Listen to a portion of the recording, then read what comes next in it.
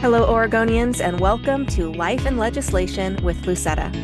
If you've ever wanted to get to know your politicians personally or understand what it is they are actually doing, then you're in the right place. I'm your podcast host, Jessica Campbell. I'm your State Representative for House District 24, Lucetta Elmer. This podcast is a place for you to get to know Representative Elmer, both personally and professionally. We want Oregonians to feel connected with and educated about their state politics.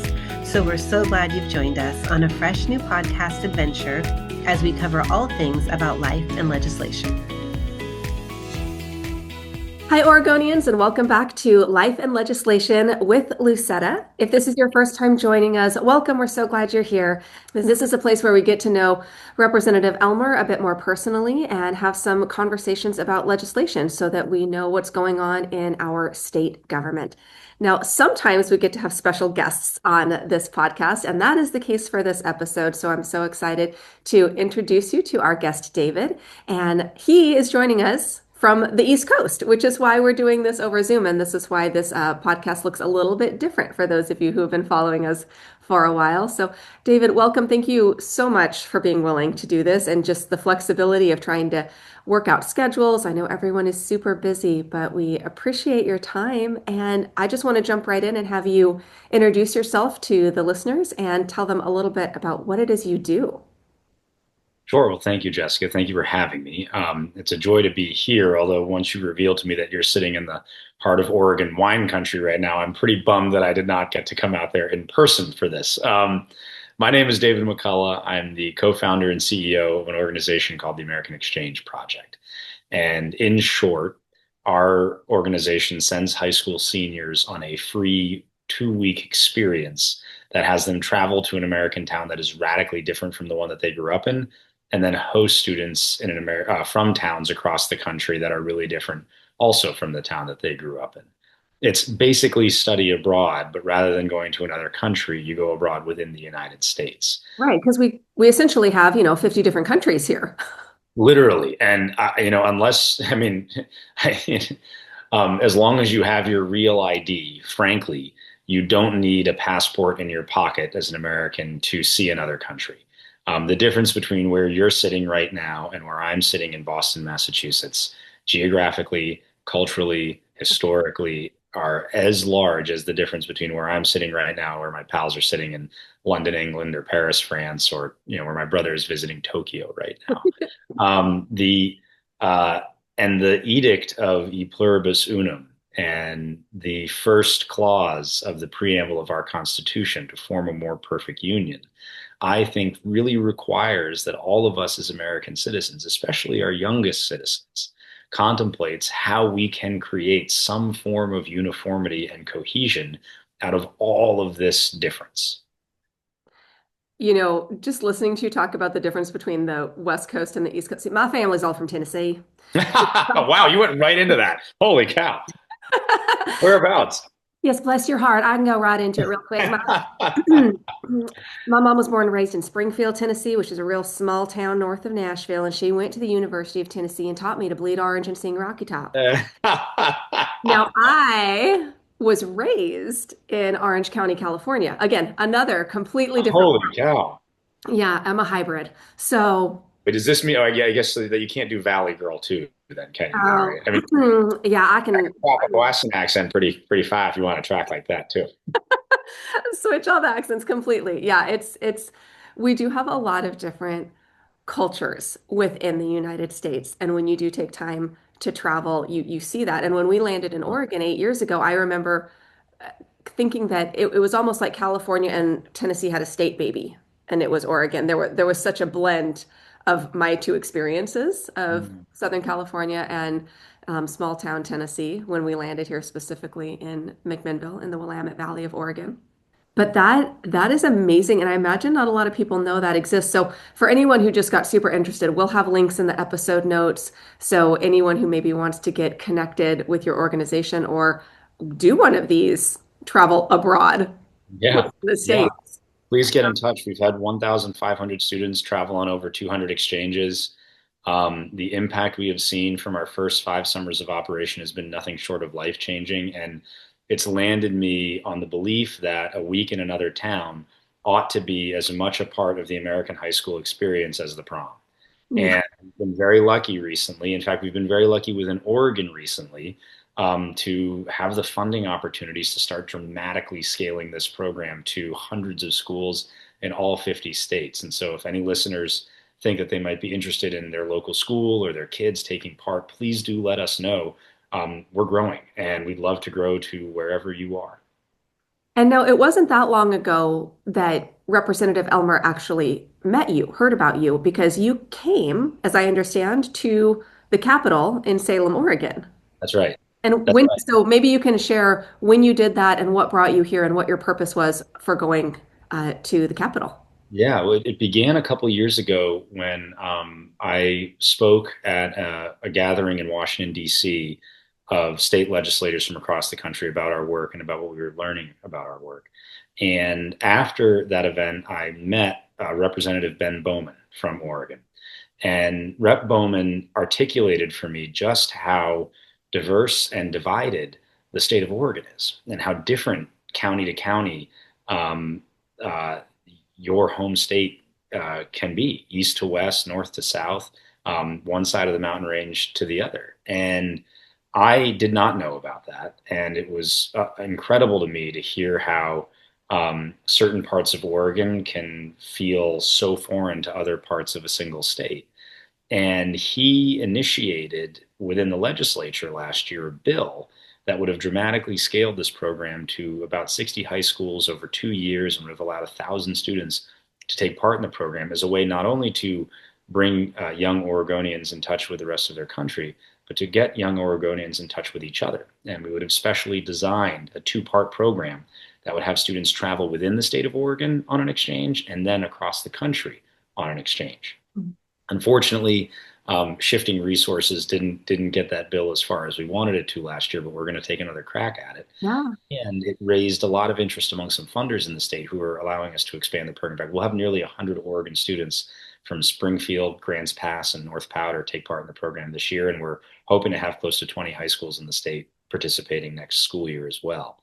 Um, and through it all, I got very close with Rep. Bowman, and he asked if I could come speak to his committee early in the year.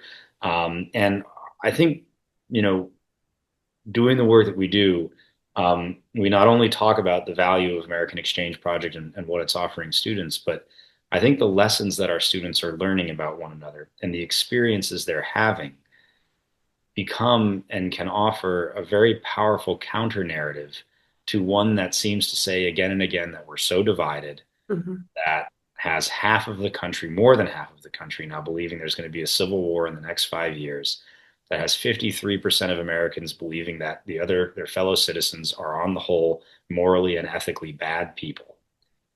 In a world like that, what our students are doing, what they're learning, bonds of friendship they are forming with each other, can serve as a wonderful counter narrative to what we can do and reveal that it's not inevitable, uh, this division.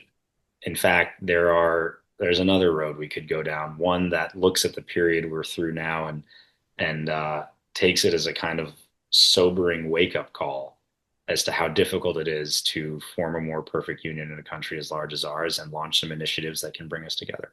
Listeners, we get Representative Elmer here.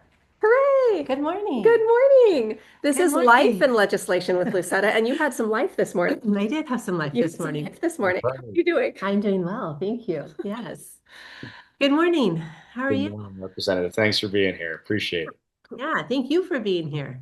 Oh, I wish I was there. I didn't know you were in the heart of Oregon wine country right now. This could have been, I know, bummer. I'm in a co-working space in Boston right now, not quite where you get to experience. Not quite the same. And today actually is one of those beautiful Oregon Pacific Northwest days. The sun is shining, but it's a little crisp, and Mm. you can smell the grapes on the vine. Rub it in, why don't you, please? Yeah. Well, we had a chance to cover just the diversity of America, knowing that you could go really from state to state, even in some states, just from county to county, and you might as well have gone to another country Right. because they're so different on so many levels. And talking about then just the division within the American people and what their beliefs are about the, quote unquote other side, and got to hear a little bit about how David made his way to Oregon because of Leader Bowman. Yeah. And this is a good transition. Maybe for anybody listening who doesn't follow politics and state government regularly, who is Leader Bowman, and how did the two of you, maybe this is might be something you both agree on, Yeah. right? Yes.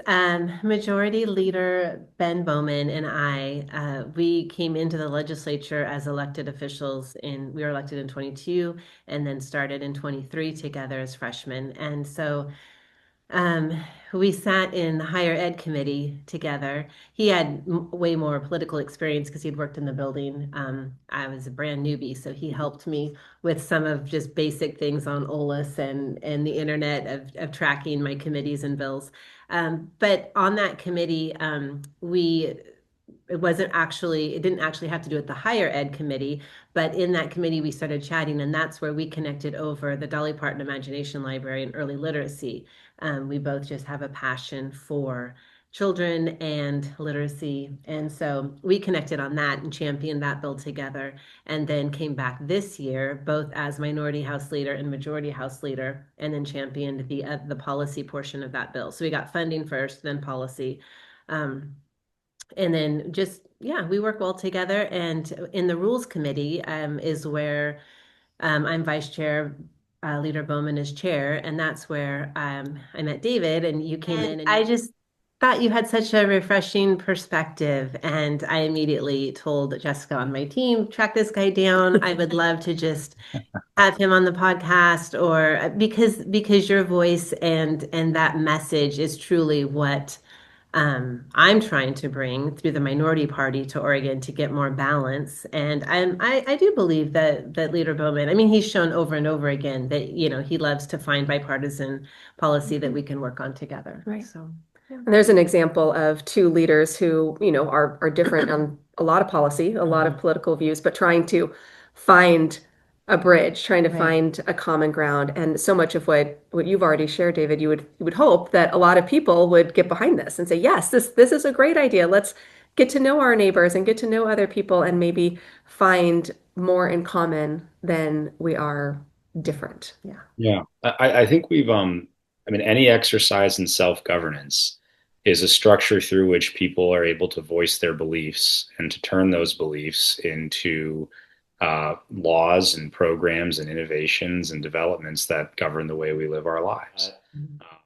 There are wonderful examples throughout history of popular demand for social innovations becoming such a part of our lives we don't ever think that they were a novel idea. It turns out, for example, public libraries were once a crazy idea. Libraries were something that were in corners of the homes of wealthy people. On occasion, some wealthy people would open those homes up on Sundays for the folks in the town to come and peruse books. At the turn of the 20th century, inequality was high, so was illiteracy. Andrew Carnegie, who had his life changed when a wealthy individual bought him a pass to the local library, had always felt that free access to books ought to be a universal right. And toward the end of his life, and early from the mid-career to the end of his life, from the 1880s until the 1920s, issued a challenge grant to the towns of, it began in America and ended up spanning much of the world, by which he said to communities, if you can prove to me that you can arrange and maintain the books and staff the facility, I will build the building. And over the course of 40 years, 2,500 libraries got built all over the world. And over the course of that same period, illiteracy went down. I think we assume it to be a very normal thing for a town to have at its center a beautiful building with the word library written over the front door. We also are not sitting here today bemoaning a high illiteracy rate in the United States as a barrier to a better life. Over time, the upkeep of those libraries became more expensive than most towns could afford. But because they had become such beloved institutions in all of our communities, state policy and public dollars ended up funding a lot of our libraries today. And good luck campaigning on a position to get rid of public libraries. I think right now, as we are trying to find ways where we can come together across the aisle, We can do that by getting to know each other, but we can also do that by working on good common sense ideas, novel good common sense ideas that everybody can get behind and can grow very quickly from a crazy, wild, beautiful dream into something that's just the part of the way we live our lives today. And my great hope is that this notion of study abroad in your own country, a coming of age ritual that has students travel to another town, see the country, meet people from all over the United States, have an adventure or two, learn to swim, learn to ride a horse, see a mountain for the first time, go to the top of a skyscraper, can be this generation's contribution to the great and long list of social innovations that are the best of who we represent as Americans. And if we are going to put our beliefs into conversation with one another, then it's really important we get to know a little bit about each other. It turns out that most of our political views and most of our beliefs generally don't come from research or a lot of watching of the news or deep reading on specific topics. They actually come from our lived experiences. And those lived experiences are deeply shaped by the circumstances in which we live our lives. If I'm sitting in Boston traffic every day or driving 2 minutes in my small town from spot to spot where not even a stoplight is preventing me from going from A to B, my views on transportation policy are probably going to be really, really different. And I won't understand someone who comes from a different place from me if I don't actually get to see where they're coming from. And if we live in a country as large as we do, and if we come from backgrounds as diverse as ours are, and if we are as exposed to a modern environment that is pushing us towards silos as often as it is today. For example, if you are someone who watches CNN every day, you not only see a different take on the same stories as someone who watches Fox News, you live in a different world from someone who watches Fox News. If we spend most of our time on social media, which today's kids are spending upwards of 7 hours a day on social media alone, then you are exposing yourself to an information ecosystem that is sharing information with you based on your prior behavior. It's almost like saying, Jessica, tell me exactly what you like, and that's exactly what I'll show you. Mhm. It's not saying, Jessica, tell me exactly what you like, and I'm going to share with you the things you might be missing.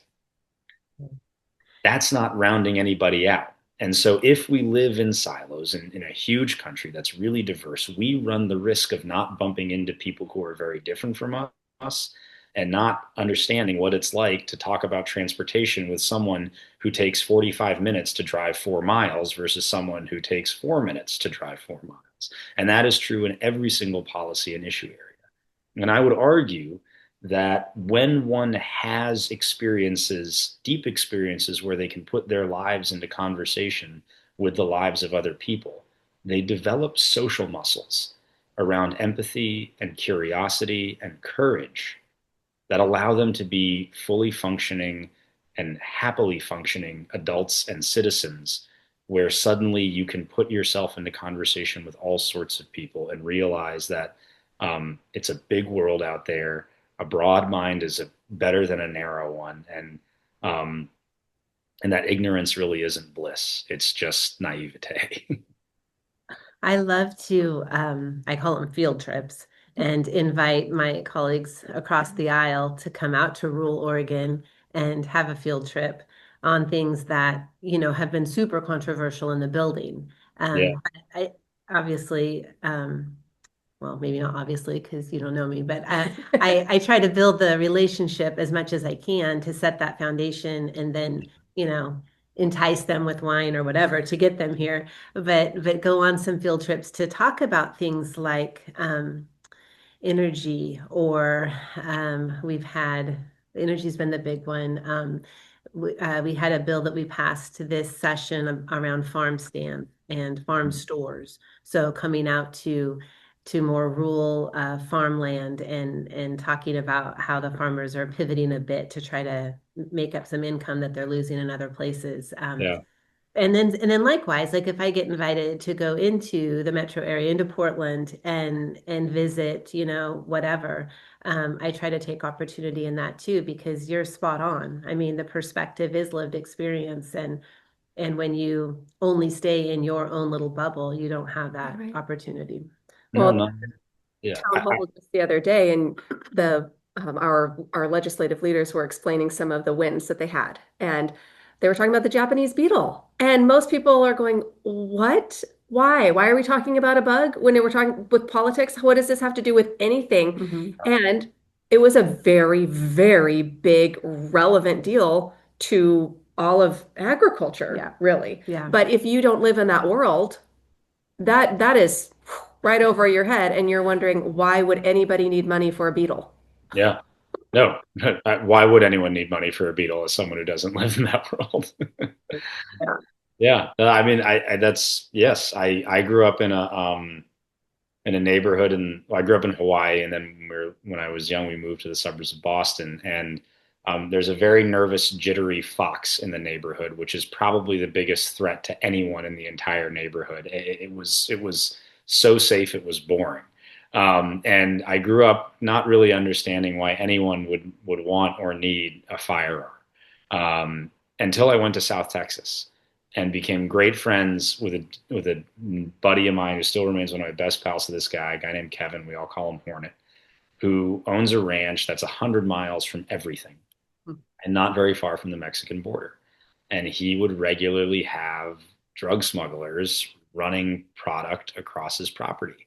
And those individuals would carry machine guns. And because he was so far from any semblance of law enforcement, he had to protect himself, and he would get shot at on occasion. And I can't imagine what that would be like.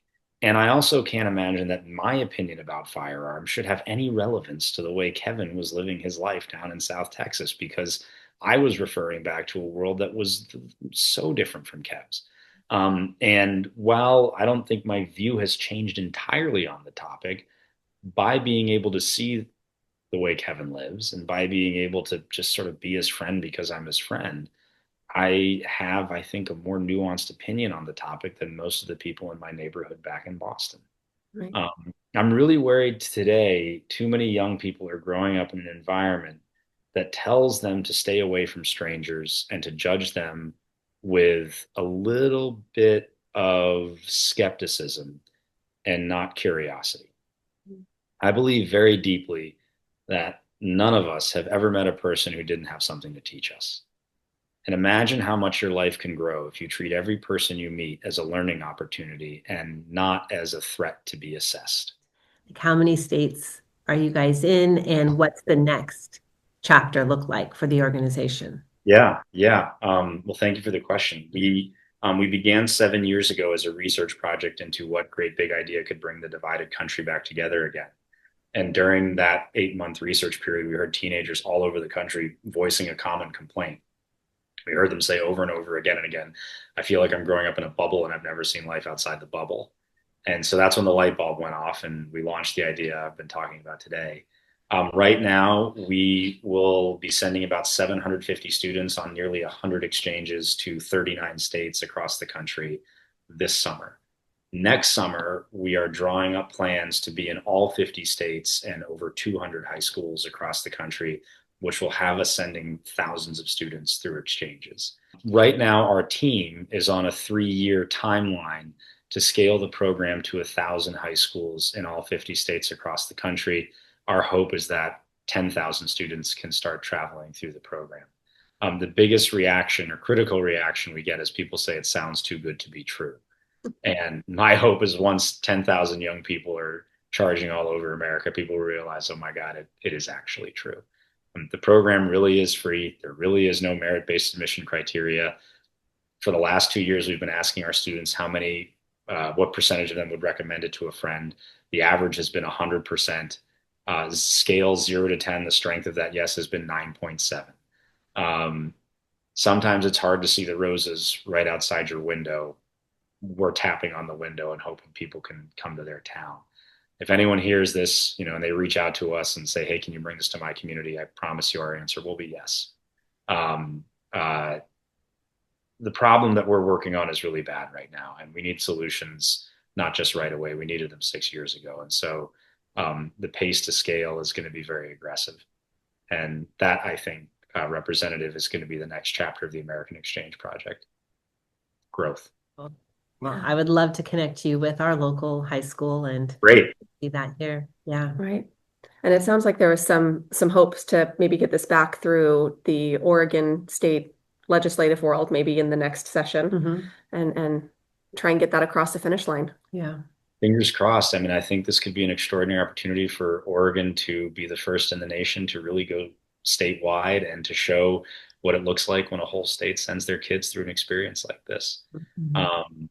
We're not about any kind of endorsing any kind of political perspective. We're really not about rote civics education of any kind. We're about giving young people an experience that'll broaden their minds and be kind of like this multi-dimensional friend-making factory. And at a time when we hear that the secret source of the mental health crisis among kids today is loneliness, when we see that connections across socioeconomic classes help economic mobility for poor kids, and when we see that a lack of relationships across political divides are the source of our political divisions, we believe that it's a moment for reigniting our social relationships. And just the way during the period of industrialization 150 years ago, we protected green spaces and national parks, public parks in cities as a way to say that nature is part of humanity.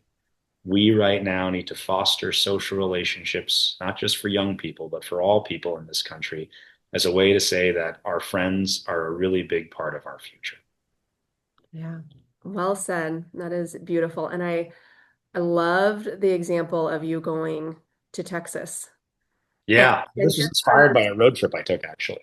right. And because as I'm hearing you, it's not like your goal is to necessarily take one person from one side of the aisle to the other.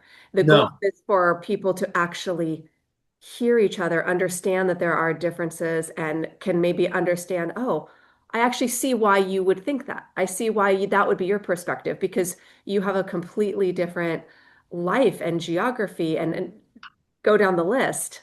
Yeah, and we're not a red to blue program. We're not a political program. And if you look at voting patterns, more people in this country don't vote at all than vote for one party or another. I think our political party of choice for most Americans ranks probably between 15th and 30th on their list of identities about who they are. We are spouses and siblings and children and aunts and uncles and sometimes grandparents and friends and Red Sox fans and hikers and bikers and mountaineers and music enthusiasts. Long, I think, before we would say we are Democrats or Republicans or not that sure. It all sounds like chaos to me right now. And for that reason, I think it's really important we get to know each other as people. Frankly, at the Constitutional Convention 250 years ago, that's what the founders had. They knew one another as people. That allowed them to make the really tough decisions they had to make when they put pen to paper and decided who we were, what we stood for, and how this idea of democracy could manifest itself in a country like ours. And if we don't know each other as people, we're just kind of inhibiting our ability to negotiate and work through issues together, and we're just kind of limiting our lives.